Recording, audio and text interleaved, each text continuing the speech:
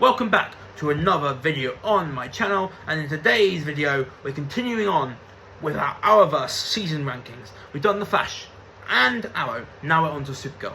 Let's get on with it. At number six, season 5.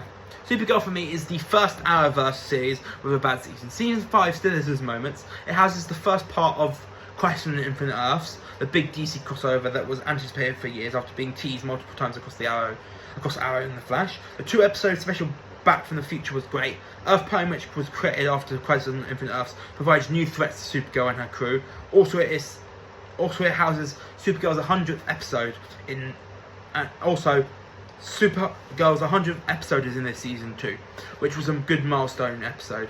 Finally, Supergirl and the crew continue to carry the show. However, the overall threat is a step down from the season before, because season 4, because there was no Lex Luthor, and compared to the other seasons, it's just not as good. In number 5, I have season 2. Season 2 of Supergirl builds on what Supergirl Season 1 started, and is a solid enough follow-up. This is the first full season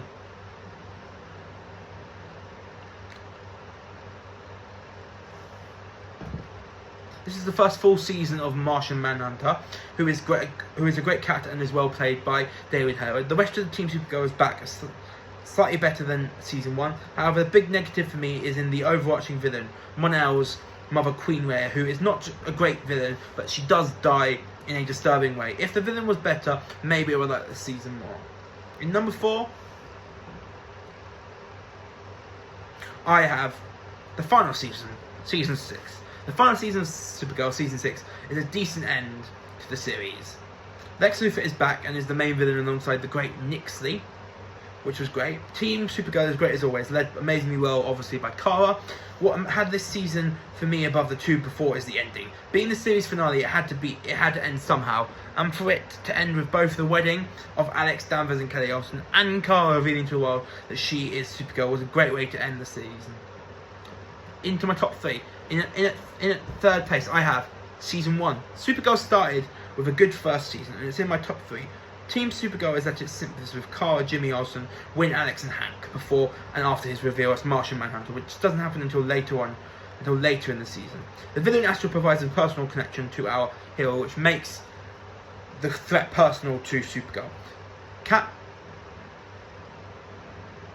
Grant is also a great character. Season 1 is a good start, but misses just out on my top 2. In at number 2, I have Season 4.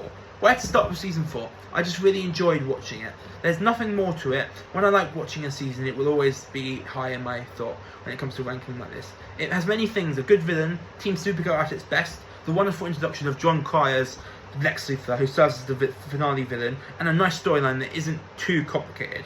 I would happily watch Season 4 of Supergirl repeatedly if I had to. However, my number one, there was no competition whatsoever. Season 3 is solid from start to finish, with an incredible villain in Rain, which is what makes this season the best in my opinion. Because Rain is the first villain in the series who provided a huge challenge to Supergirl, even destroying her in front of National City residents. One episode. Season 3 is an amazing season in my opinion, and is my favourite season of Supergirl by a huge 100% mile. Yeah, that is my seasons ranking for the third CW Arrowverse show, Supergirl. If you want to tune in, if you want to know when the last video doing these season rankings comes out for Legends of Tomorrow, click the notification bell and subscribe and click the notification bell. And hopefully you've enjoyed the first 3 seasons rankings for Flash, Arrow, and Supergirl. And I hope to see you.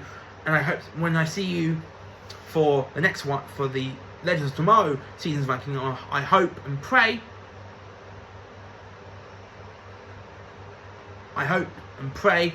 that you'll like it too. But until then, this has been Give Me a Brian, and I'm out. Peace.